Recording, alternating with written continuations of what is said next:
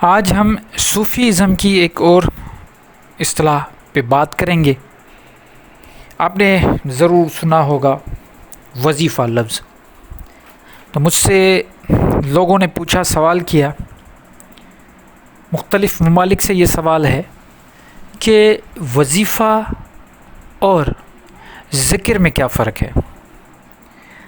تو آج ہم اس پہ بات کریں گے کہ ذکر کیا ہے۔ میں نے بہت اس پہ ویڈیو بنائی ہے ذکر پہ، لیکن یہ ہے کہ جب ان دونوں لفظوں کو سامنے رکھ کے ہم بات کریں گے تو وظیفہ اور ذکر یہ دونوں بڑے اچھے طریقے سے کلیئر ہو جائیں گے۔ تو یہ جو آج کا بیان ہے، لیکچر ہے، یہ پورا سنیے گا، تبھی جا کے آپ کو یہ چیز واضح ہوگی۔ اور ایک مرتبہ پھر جو بھی مجھے دیکھتے ہیں، پرانے ہیں یا نئے آئے ہیں، سب کو میں یہ ریکویسٹ کرتا ہوں کہ جیسے ہی آپ ویڈیو پورا دیکھ لیں تو لائک ضرور کیا کریں، سبسکرائب کریں نہ کریں، لیکن لائک کرنا بڑا ضروری ہے، کیونکہ اگر آپ لائک کریں گے کسی بھی ویڈیو کو، جو آپ چاہتے ہیں کہ یہ بات اگر آپ تک پہنچی ہے اور دوسرے لوگوں تک بھی پہنچے، تو آپ ضرور ایک مرتبہ لائک جب پورا ہو جائے تو لائک کر دیا کریں۔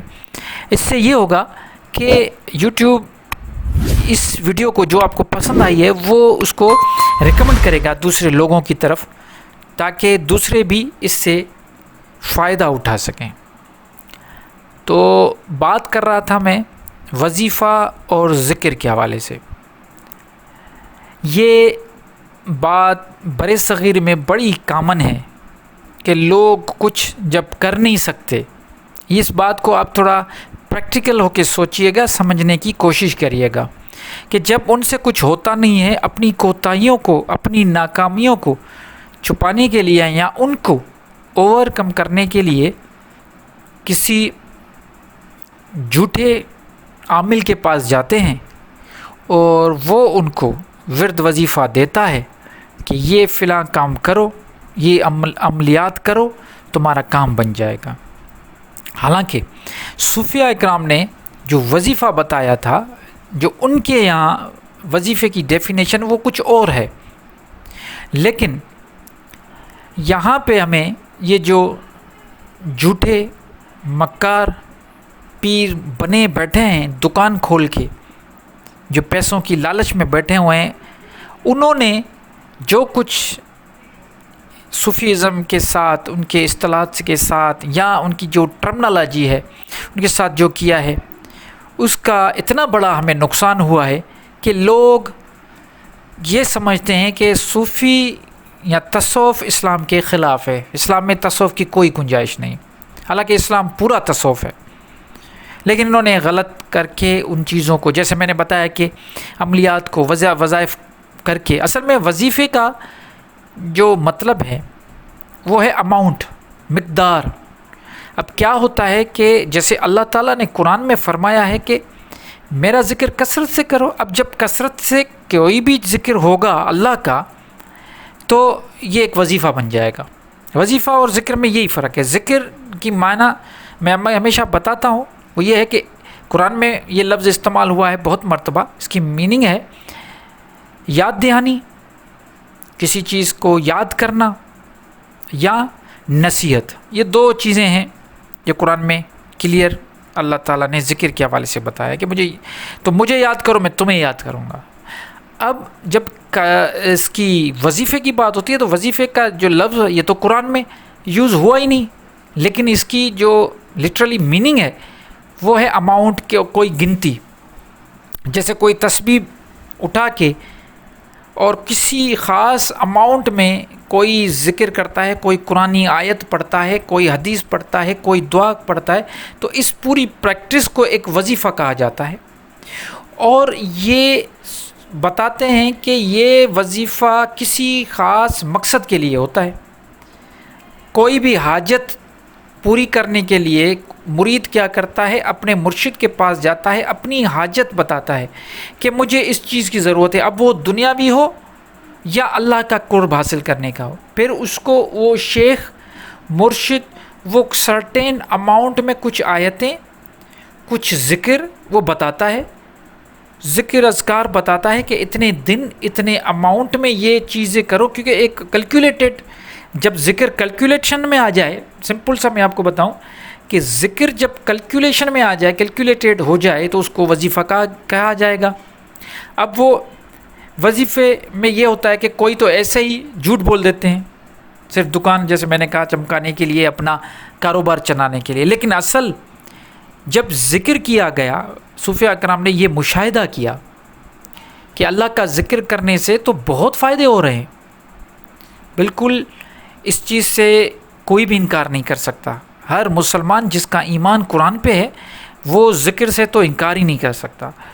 تو جب ذکر کیا گیا مختلف اوقات میں اور مختلف طریقوں سے، تو یہ مشاہدہ ہوا، ان کو صوفیاء کرام کو یہ مشاہدہ ہوا، انہوں نے دیکھا سمجھا کہ یہ چیز کرنے سے ہمیں یہ فائدہ ہو رہا ہے۔ پھر انہوں نے کیا کیا کہ اپنے مریدوں کو وہ چیز کنوے کی۔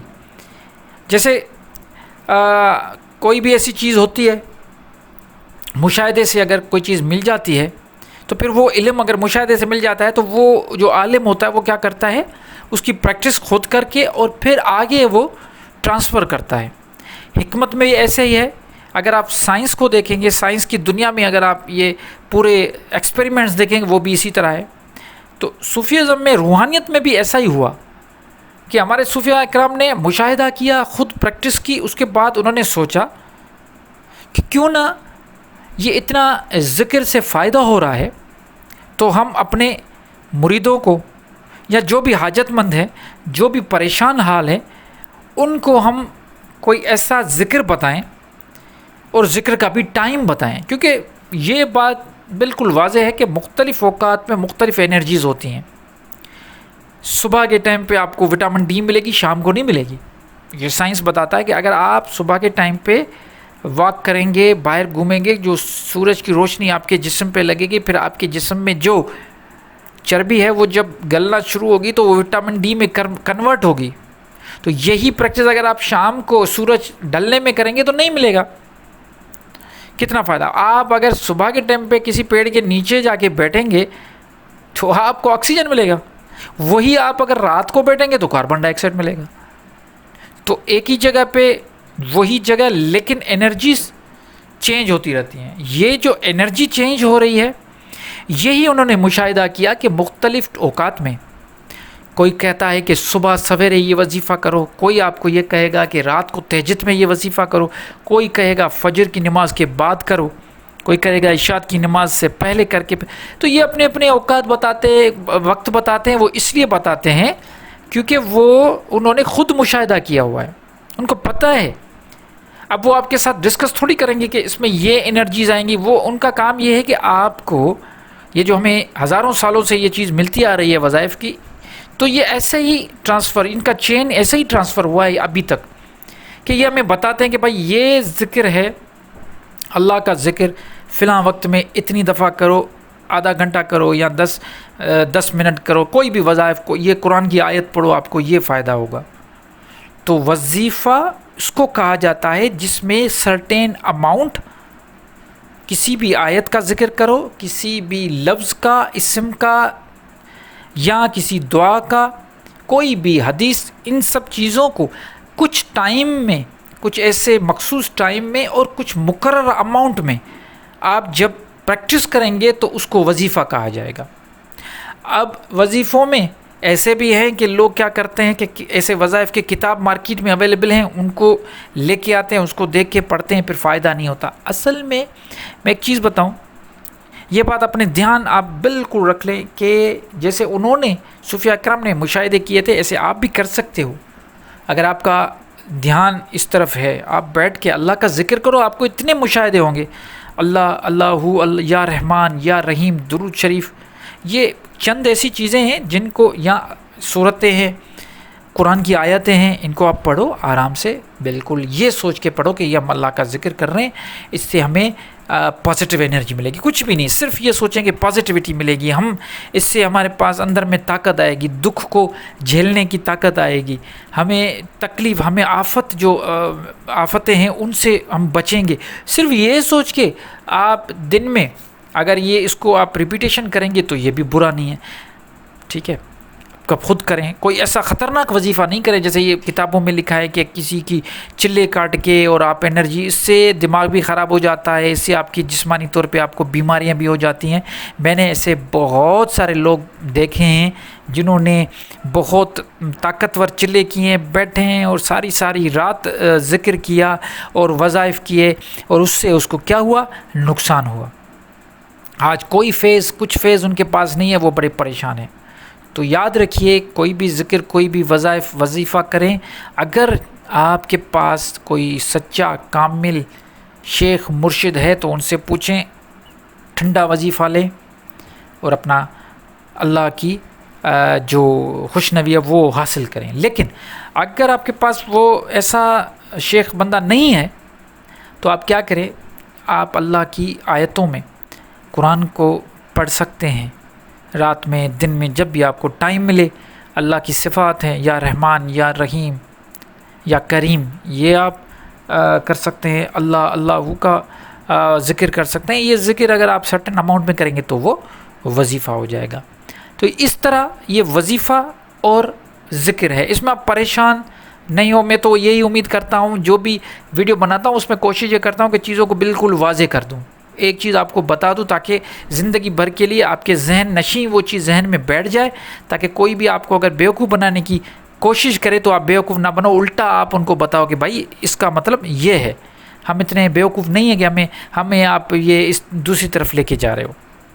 تو آج کا یہ موضوع مجھے ایسا فیل ہو رہا ہے کہ میں نے کوشش کی ہے کہ سادہ لفظوں میں آپ کو کلیئر کیا، سمجھ میں آ گئی ہوگی۔ پھر بھی اگر اس میں کوئی بھی سوال ہو تو ضرور آپ کریے گا۔ اور میں نے جیسے ویڈیو کے شروع میں ہی آپ کو یہ بولا تھا کہ جیسے ہی آپ کمپلیٹلی سن لیں، جیسے آپ نے ابھی الحمدللہ کمپلیٹ سن لیا ہے، تو لائک ضرور کریں۔ لائک کریں گے تو ریکمنڈیشن میں جائے گی دوسرے لوگوں، یہ صدقہ جاریہ ہے۔ دیکھیں، میں کام کر رہا ہوں، اگر آپ تک میسج پہنچا، اب آپ کا کام ہے آگے پہنچائیں۔ یہ چین ایسے ہی چلتی ہے، چیزوں کو دیکھ کے آپ نے اگر میرا پروگرام یا آپ نے میرا یہ بیان سنا، یہ ویڈیو دیکھی اور آپ کو بہت اچھی لگی، اور پھر آپ نے چھوڑ دیا، آپ نے آگے بھائیوں کو نہیں بھیجا، بہنوں کو نہیں بھیجا، اس کا مطلب یہ کہ آپ نے اپنے تک محدود کر دیا۔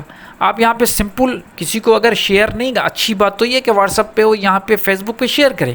اگر شیئر نہیں کر پا رہے تو آپ کم سے کم لائک کر دیں، یہ پھر آپ یوٹیوب پہ چھوڑ دیں، وہ خود ہی اس کو ریکمنڈ کرے گا۔ تو یہ آپ کم سے کم یہ کر لیا کریں۔ اس سے زیادہ جو میری کوشش ہے، میں محنت کر رہا ہوں، یہ کوشش جو ایک تو میری خود کی اپنی حوصلہ افزائی ہوتی ہے، اور دوسرا یہ کہ زیادہ سے زیادہ لوگوں تک پہنچے گا تو اور بھی میری جو محنت ہے اس کا کچھ نہ کچھ صلہ ملے گا، اور اس کار خیر میں آپ بھی اپنا حصہ ڈال پائیں گے۔ مجھے اپنی دعا میں یاد رکھیے گا۔ اللہ نگہبان۔